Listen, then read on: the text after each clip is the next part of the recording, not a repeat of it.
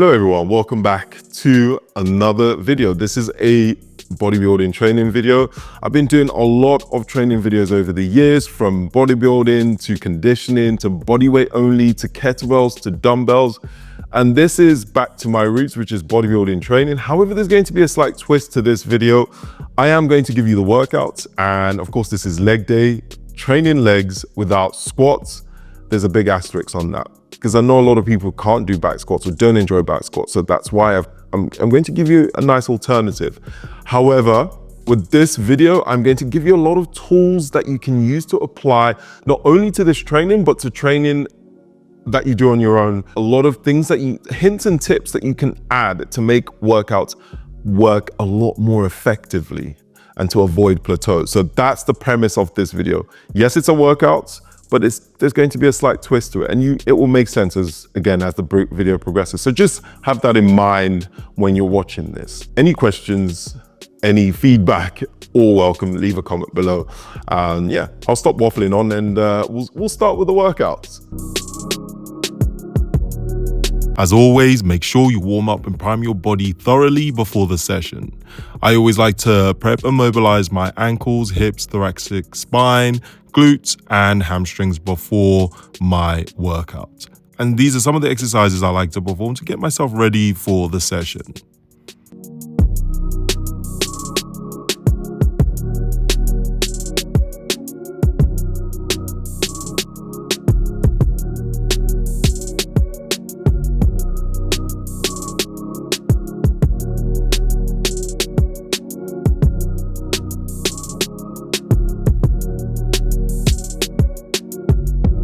Now, this is going to be unusual for a lot of you, but I actually like to start my calf raises before I get into my leg session. Training them when still fresh, I can really work my calves better than at the end of a session. I found that training calves twice a week at the start of my session played a big role in growing them. You want to train them at least twice a week, especially if your calves are very stubborn and hard to grow. You want to hit the muscle more frequently. And I just found training them before a session when I'm not fatigued and training them more often was the best formula to helping them grow. With calves, here are a few things I like to implement also when training them. I always allow for a pause at the bottom of the exercise. This is a nice way to stretch out your calves. The pause really helps to engage and keep the muscle under tension for longer. Utilize progressive overload as much as possible. So for example, will be time under tension, aka tempo. This plays a big role in my calf raises, just like every other body part. So for example, 2-second eccentric, 3-second eccentric, and so on and so forth. I also like to add some single leg calf raises to work both sides unilaterally. I use unilateral work a lot in my training. This is just to help avoid imbalances. If you don't have a seated calf raise, a standing weighted calf raise on a plate is just as sufficient. And also all the other rules apply when it comes to progressive overload. What I'm going to do is also give you the workout itself and how I've structured it using every key point in the video. So for example, with the calf raises, I always do a warm-up set, 1-second pause at the bottom and the top, as mentioned before.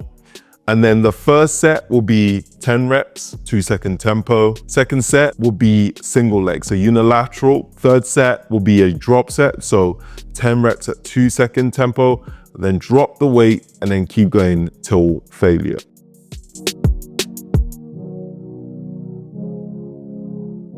Next, the leg extension. This has been a staple in my training and helped a lot in developing my quads over the years. So again, here are a few points when doing leg extension. I mentioned progressive overload before. I always play around with the tempo during my workouts, as the longer you keep the muscle under tension, the more you work your quads, and which leads to muscle growth.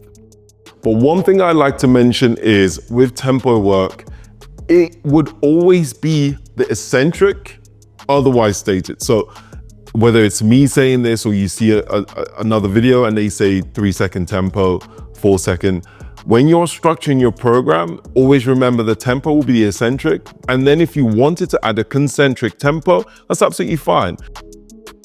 I also like to play around with foot positioning during the extensions from feet forward, then feet pointing outwards. This helps target more of the vagus medialis.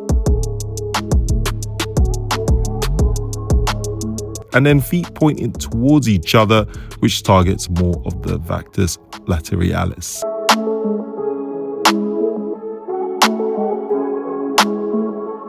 And again, I do like to utilize unilateral work during leg extension. Also adding drop sets to the workouts. Now I quickly want to explain a drop set. So in my workouts, and some people's workouts, you might see an exercise, say one set of, let's say a drop set of 10 times 10. And that basically just means you perform 10 reps of the exercise.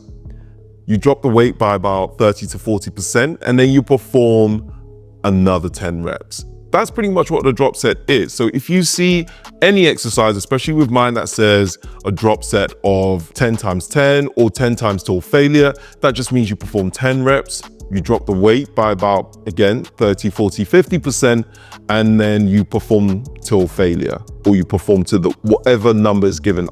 So here is the leg extensions and how I've structured this for this workout.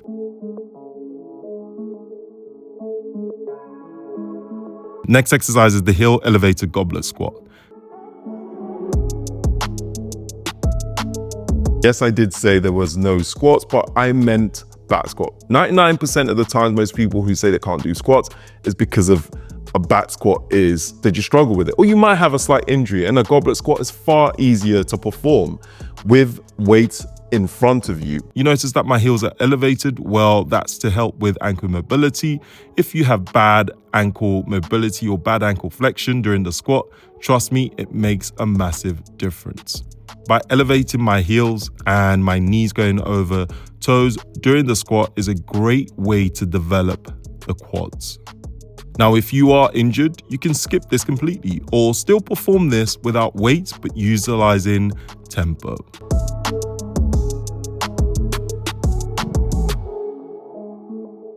And with the goblet squat, again, we will be utilizing progressive overload. So once again, tempo and drop sets.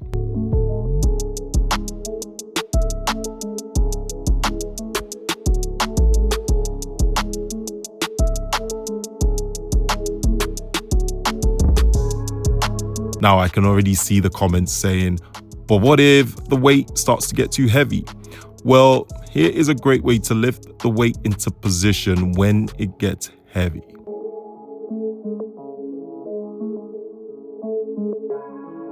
Also, another thing is this is where you utilize tempo, time on the tension. So you could do 4-second, 5-second eccentric tempo, or heck, you can even do 3-second eccentric and 3-second concentric. This will not only make the workout harder, but means that you will find that you won't need to go too heavy, but your legs will be working just as hard. This makes the workout even harder using probably your weight half the size of what you normally would do. Superset with the reverse Nordic curls. This is a great exercise for your quads and also helps strengthen the knees.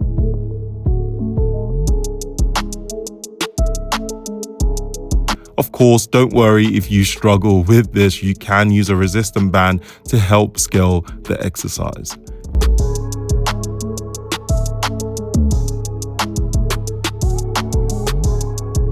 If you want to challenge yourself a bit more, then you can use a plate to add some extra resistance or slow down the tempo, which is, again, a great way to add progressive overload to the exercise.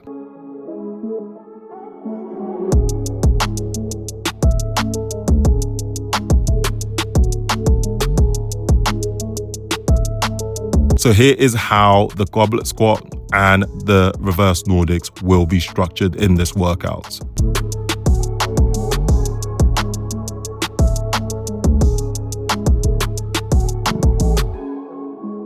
Next exercise is the deficit Bulgarian split squat. This is one of those exercises that makes everyone's heart cry when they see it in the program. Performing this at a deficit to increase range of motion, which means putting the muscle under tension for longer, which is a great way to, once again, add progressive overload in the exercise. Also focus on sitting back into the squat. This is more for your hamstrings and glutes rather than knees forward over the toes, which focuses more on the quads. Quick tip getting into the Bulgarian split squat: always set up first without the weight and get your body in the right position just so that you know exactly where your body needs to be and where you need to be more stabilized before you then use weights to perform the exercise. I also like to add a bit more height to increase the deficit even more, which means your hamstrings and glutes will be working under even more tension during the eccentric phase of the exercise.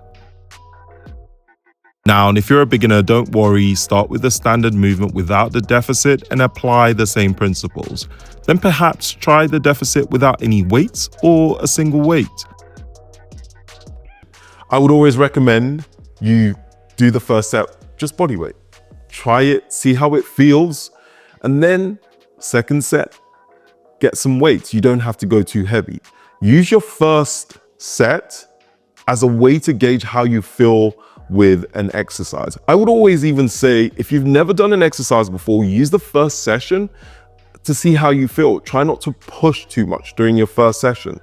And then when you come back to do the workout again, maybe later on in the week or the next week, you would be familiar with that exercise and then you can push a bit more.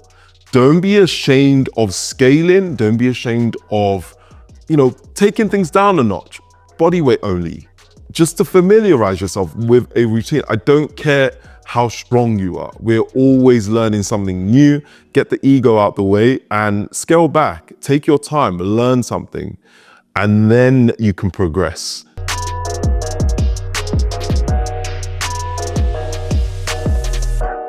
Last but not least is the lying leg curl. I call this the bicep curl of the legs, which, yes, I know, makes no sense. I see a lot of people perform this exercise but make a few mistakes. So here are a few ways to optimally perform the lying leg curl to get the best engagement on your hamstrings. When performing the leg curl, make absolute sure your core is touching that bench.